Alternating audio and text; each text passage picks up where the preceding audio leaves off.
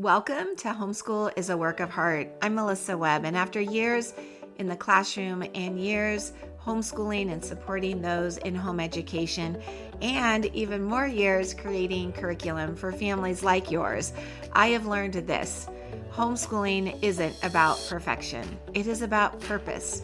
And this podcast is here to encourage you, to guide you, and to remind you that what you're doing truly matters. Are you ready to get started?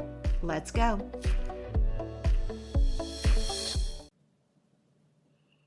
Well, hello, homeschoolers. How are you doing? I hope it's a great week for you.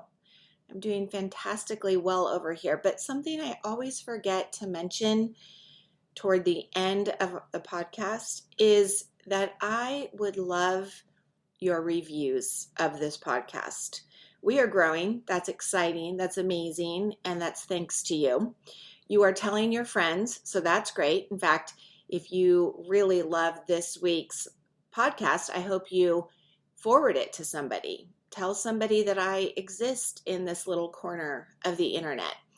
And a review on whatever platform you listen would also be so beneficial.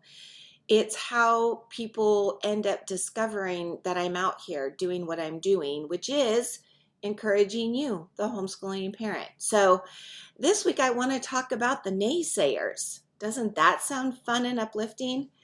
I mean, bless their hearts, those naysayers out there. I will tell you, they are entertaining to some degree. Do you ever run across these people? The people whose sarcasm falls flat sometimes? I do. I see them regularly. And that's because we run ads. So in our ads, we redirect anybody that's interested in some free materials, things like writing calendars, how to structure a 5-paragraph essay, how to write an essay in 1 month, right? All of these things to help families help their children to become better, stronger academic writers for free. But rather than scrolling by, if it's not something of interest, so many people feel compelled maybe to share their thoughts on the subject of writing. One that I read recently said, yeah, like this would be anything I'd want. I use 5-paragraph essays so often as an adult. What a waste. Now, from my screen and keyboard, I do just shake my head and move on. These are not people that I'm going to try to persuade to think differently. They are not my people, and that's okay. Spending my time convincing someone of the value I provide doesn't interest me. Do you know who interests me? You do. You're here. You're curious. You're tuning in on purpose. You're involved in your child's education. And I will also say this, I wouldn't say that mom is wrong.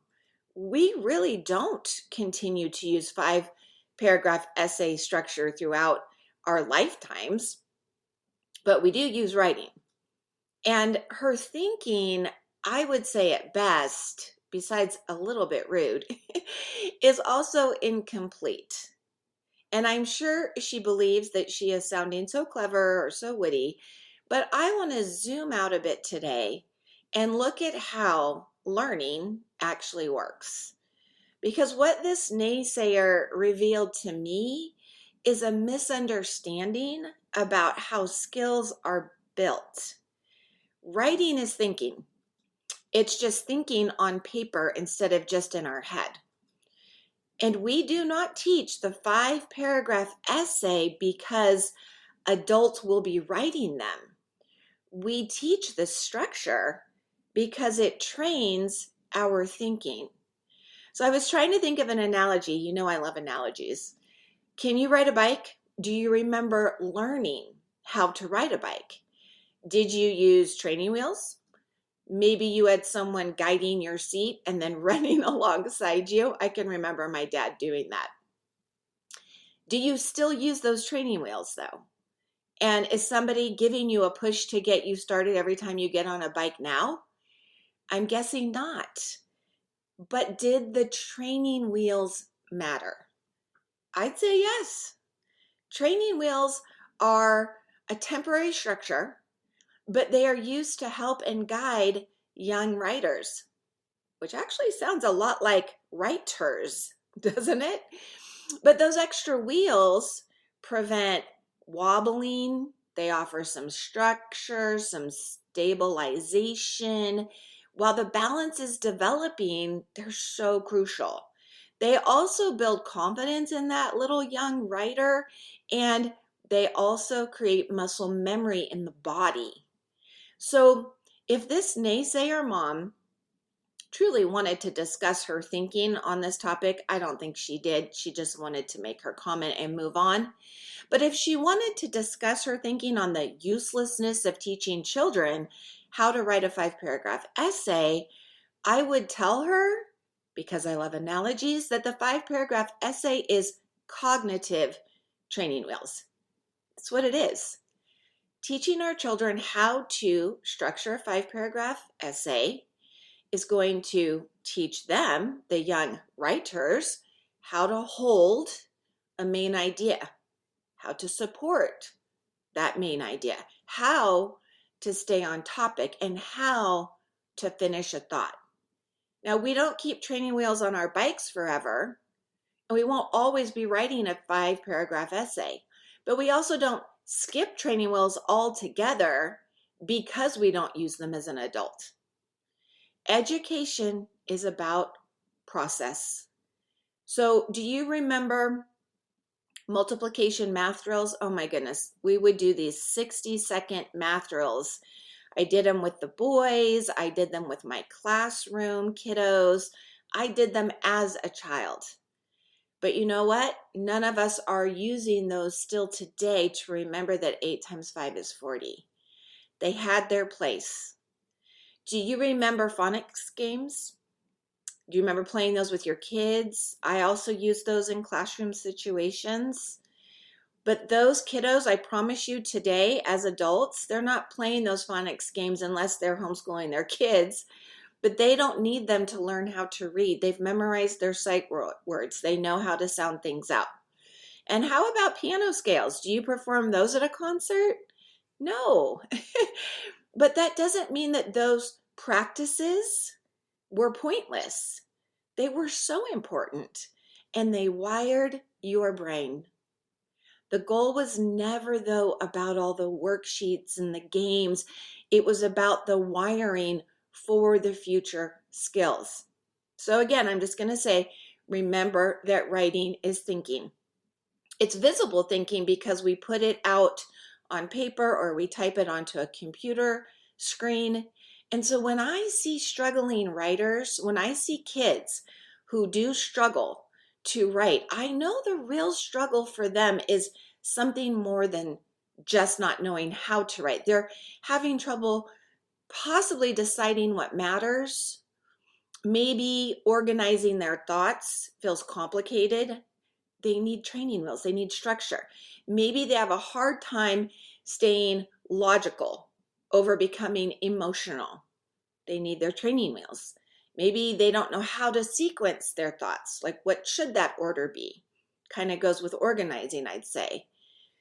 Again, they just need some training wheels. And I would say learning how to write 1 paragraph at a time would be that cognitive set of training wheels that is going to teach our kiddos one idea thinking and how to support that idea with evidence within that paragraph, how to keep and sustain the clarity of their thoughts, and how to be intentional rather than rambling on and on and on. Teaching a full essay with all 5 paragraphs, oh my goodness, that's how to hold a big idea, how to introduce it and then break it apart into smaller pieces and then bring it back together as the whole idea. Organized writing is going to create organized thinking. Just like disorganized writing is going to reflect disorganized thinking. And I certainly do not want to train kids to become essay writing machines. I would agree that's not the goal.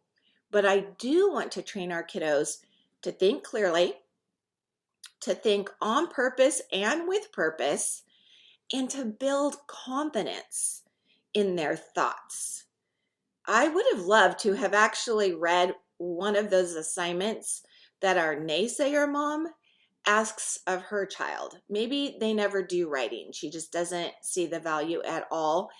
But if she said, oh no, I have a writing sample here, take a look at it, my best guess would be rambling paragraphs or a child who's jumping topics, jumping thoughts all over the place, maybe having an emotional argument but not being able to support it with evidence.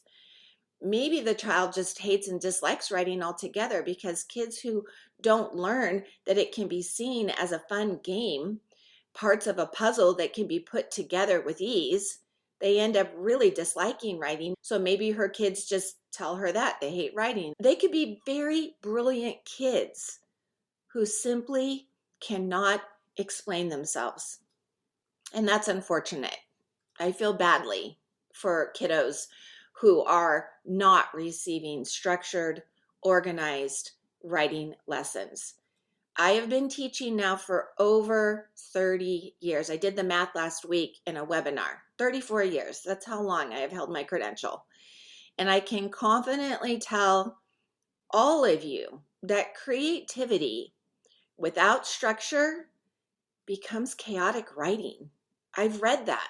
It's chaos. And a voice, whether that be a child's voice or parent's voice, doesn't matter. If it lacks clarity, it's just noise. And it can become sometimes hateful noise. I see this. I read this from adults on any number of social media platforms. They are doing just that. And it's not helping. It's often hurting. It's dividing. So, teaching children how to write well using the 5-paragraph essay structure is a great set of training wheels, and I want to encourage you to help your children with this. If writing has been a struggle, I do want to encourage you to reassure your children that, much like training wheels on a bike, they are going to grow beyond these essays. They will write as an adult, but it will be in different capacities. Writing should evolve. That's beautiful. That's actually exciting. So yes, I see our students, remember, I've been teaching a long time, so I've seen littles become college graduates. And I see our students move from writing an expository report or an entertaining narrative or wonderful argumentative to also being able to put together a very professional and mature email. I have seen my students become young adults and adults who write proposals, articles, various content for various platforms. They do amazing college papers that I've had the privilege of reading. Some have gone on to write novels. But here's the thing that they all still have in common. They all know how to rely on creating a clear claim, how to offer logical support, how to organize the flow of their thoughts. A bike is still a bike. With writing is still writing. Maybe take the training wheels off and you're using it for a different purpose, but good writing is still good writing. And if I were to meet my naysayer face to face, I would actually agree with her. I would say, you know what, you are right. Me too. I do not write 5-paragraph essays now as an adult, but I still think in paragraphs, in full, complete sentences. I still organize my ideas. I still support my opinions with reliable resources and varying opinions. I explain my reasoning, and I write in a way so that others can follow my thinking. Even if at the end of the day they don't agree with everything I believe, that's okay. I'm sure I don't believe everything they believe either. But it's still so important that we're teaching our children how to think and express their thoughts. And that would be my other question for this naysayer mom. I would love to know, how are you teaching your child to think, but also to express his or her thoughts through the written language clearly for life today, sure, but also for the future. And hey, if writing does feel hard in your home and everything that I have shared in today's episode resonates with you, I would love to work with you and your child and put on some training wheels and ride for a while we write together. I hope you consider that. Right on.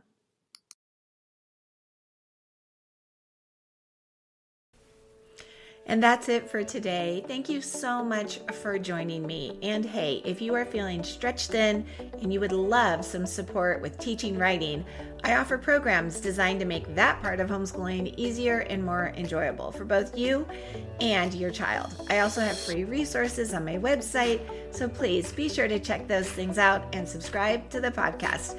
You do not have to do this alone. Right on.